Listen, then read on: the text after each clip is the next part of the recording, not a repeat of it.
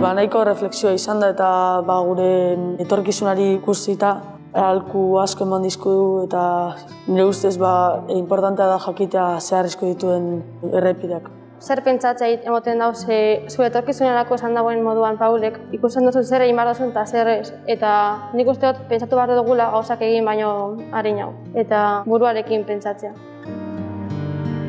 Iganda banago saiatu taxi bat hartzen edo berandu etxera banoa prisakaz joatea eta deitu ni aitari esaten gaur kanpoan ingo nuela lo eta jazta. Ez arriesgatzea nire bizitza.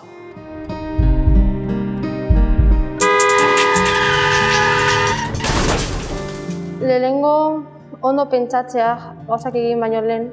Adibidez, edanda banago, ez hartzea kotzea edo bestela nire amari deitu. Zu ezin zaitut ordezkatu. Zure bilgailua nola eta zein baldintzatan erabiliko duzun, edo zure lagunekin nola mugituko zaren, zure erabakia da. Beste modu bat izan da aurkezpenak emoteko eta ondo egonda.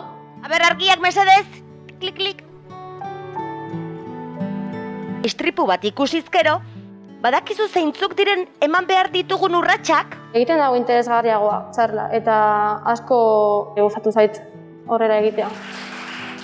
Javi uste deitzen zela, lehenengoak gehien inpaktatu dit, historiak nahiko fuerte izan da niretzat. Azkena izan da duela 2-3 aste, non 74 urteko emakume bat hil zen harrapatze batean.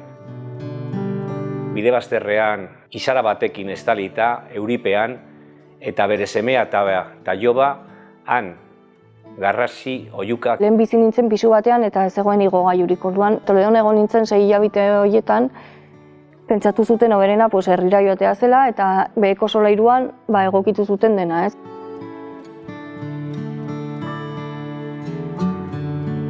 Alta eman zidatenean Toledon, herrira bueltatu nintzen, baina beste herri bat zenez, beste eskola bat zegokidan eta niretzako guztia aldatu zen. Hala itzena, bere bizitza guztia egotea horrela, da pixkat gogorra. Eta gainera, jendea arraro goiatzen dutzu, ez dutzu egiten kasu, eta da oso gogorra bizitza holan.